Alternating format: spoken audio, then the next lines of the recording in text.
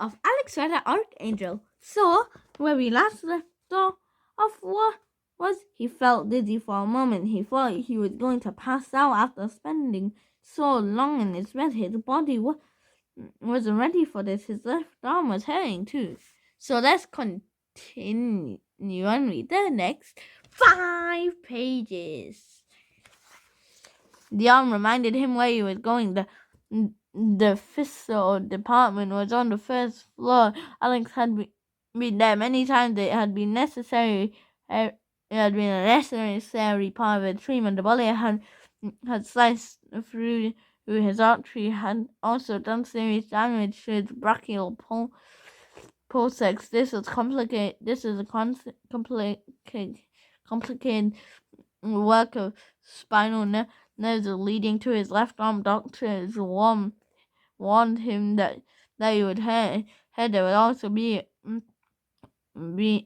would also be stiffness and pin needles, perhaps for the rest of his life. But once again, Alex had the youth on his side. After a few days of therapy, much of the pain had been subsided. In that time, he had put through a series of exercises: static resistance, stretching, reaction, and speed work. By the end of the week, Alex had got to know the psycho department better than any other department in the hospital. That was why he was eating there now. He half stumbled through the doors for a moment, catching his breath. On the left there was 2 cubicles with beds where patients would lie whilst they put a series of while they were put through a series of exercises. A human skeleton, very realistic, but in the fact made of plastic. He hung on the metal frame corridor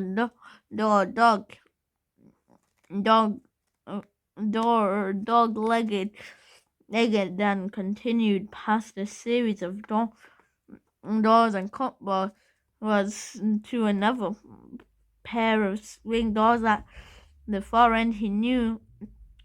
Alex knew exactly what he would find in the cupboards. One of the rooms was leading off a corridor. He was fully equipped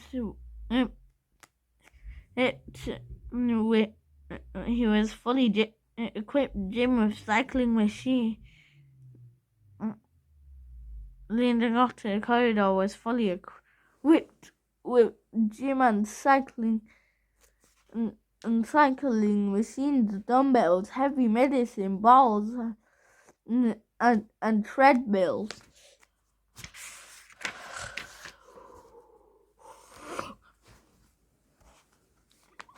Let me catch my breath.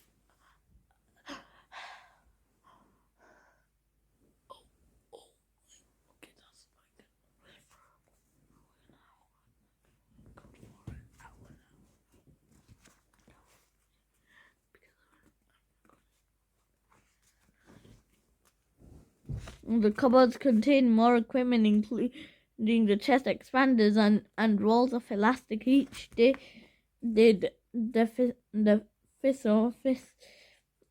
had carved the length of elastic and given it to Alex to use in a simple stretching exercises. There had been a gentle at first, but had become more strenuous, using the thicker lengths of elastic as he healed. He opened the first cupboard. He had worked about what he was about to do. The questions was the same as before. He had he left himself enough time. 5 seconds later, the door opened and Combat Jacket came in. He was breathing heavily heavily. This was meant to be a command of operation, and they all gone horribly wrong. The two men and were lying unconscious upstairs. One of them electrocuted, and it was made worse. What made it more unbelievable was what both had been taken out by a kid. They had been told it would be. They had told it would be simple. Maybe that was why they had made so many mistakes. He wasn't going to make any more. While he crept forward slowly, only his fist curled around an ugly square-nosed handgun. It was an EP9. Yes, I shouldn't have said that. Hopefully this video doesn't get demonetized. It's because I've only been recording for 6 minutes. A single action pistol manufactured. Okay, that's now. I might have to scrap this video.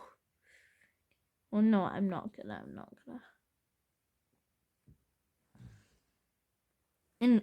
In Hungary, one of dozens illegally from Eastern Europe. There was no lights on par of the hospital. Okay, just to show that I'm not making this up. Well, yeah. Look, you can't. Oh wait. Oh, you lot can't see, but it's backwards. But it does say. It does say. If it does say. Here, wait. Let me just show you. Look. So it does actually say F. It was an. It does actually say it was an. Does actually say it was an FP. It was an FP9 manufactured a single action pistol manufactured in Hungary. So I'm not making this up.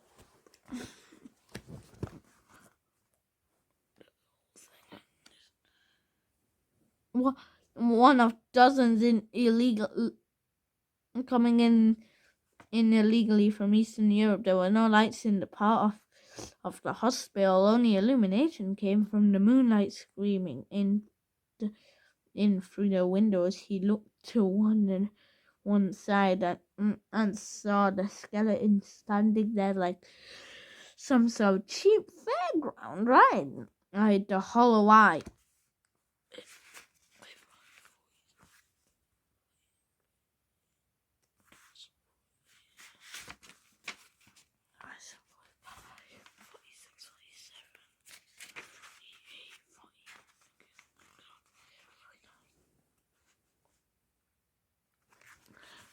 Sprocket seemed to be staring at him. What's warning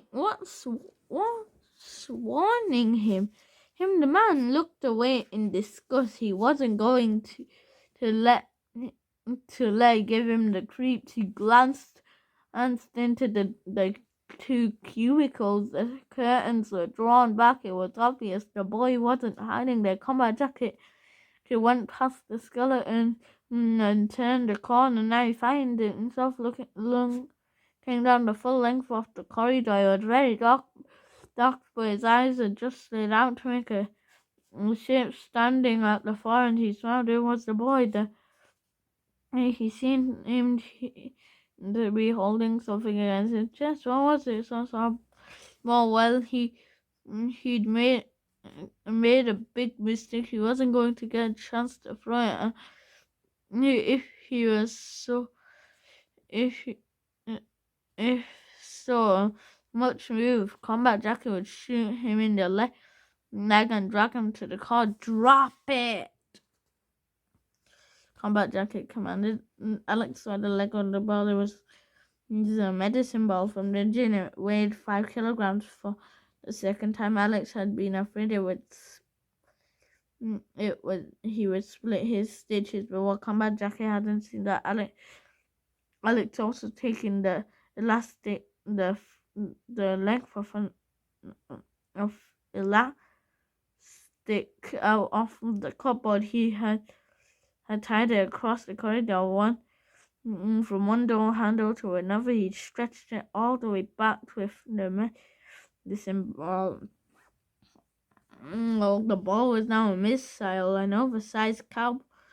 Alex released it, and it shot the full length of the corridor as if it fired from a. I'm not gonna say that word. Combat Jacket was on, and he faintly aware of the.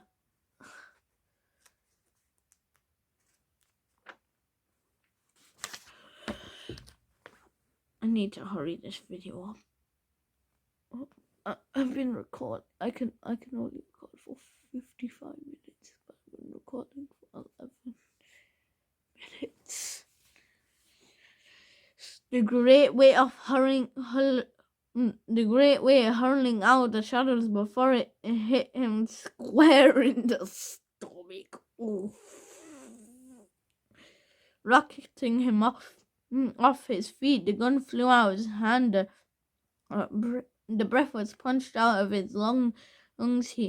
His shoulders hit the floor. He slid 5 meters before crashing into the wall. He just had time to tell himself that this wasn't Paul Devin, and this was no ordinary 14-year-old boy. Before he blacked out, Steel Watch entered the physical department, and he heard the crash and turned the corner in the combat position, his own weapon ready to fire. He didn't understand what was happening, but he knew that he had lost the initiative. What would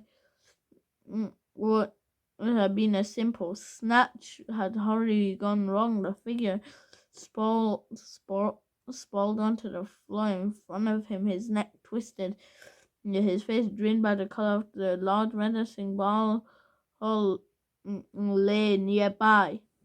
Steel Watch blinked in disbelief. He saw one of the doors at the end of the corridor swing shut. It told him all he needed to know. He followed the 20 paces ahead of him. Alex was once more making his way downstairs. It seemed the only way to go. The stairs led him back to the ground floor where it had all begun. The receptionist area was unnaturally silent from the soft hum of the refrigerated drinks dispenser. White lights spilled over the rows of Coke and Fanta, throwing hard across the floor. These desks faced each other with across with empty space. Alex knew that there wasn't a dead man in one of them, but he couldn't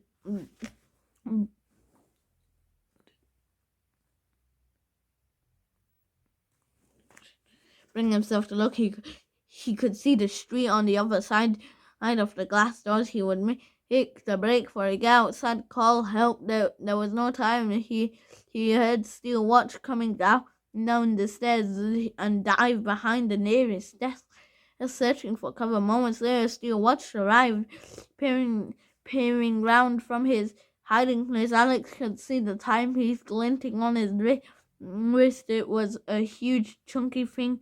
The sort of divers where the man had an unusually thick wrist. His body was overdeveloped. The various muscle groups was fighting each other as he walked. Although he was the last survivor, he wasn't panicking. He was carrying a second you know the gun I mentioned earlier? Yeah, it's that same gun. So he seemed to sense that Alex was near. I'm not going to hurt you, he called out. He didn't sound convincing. He must have known it.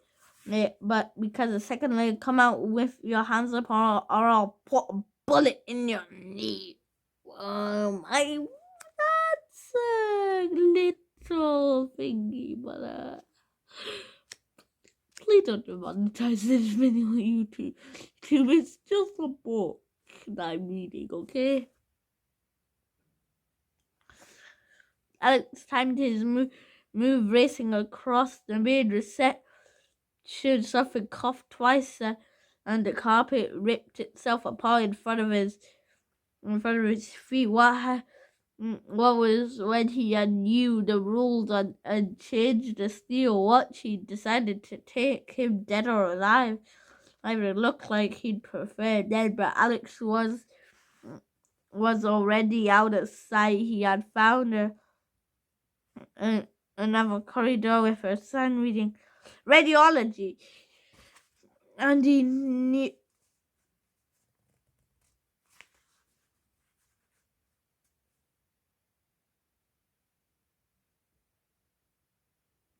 He had found another corridor with a sign reading radiology, and he knew where he would go, exactly where he was going. He had come there twice at the start of his stay in the hospital.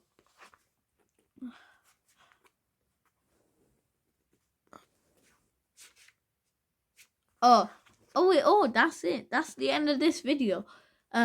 So that's the end of part 9, and I'm gonna have to speak with YouTube to most likely to make this video not get demonetized.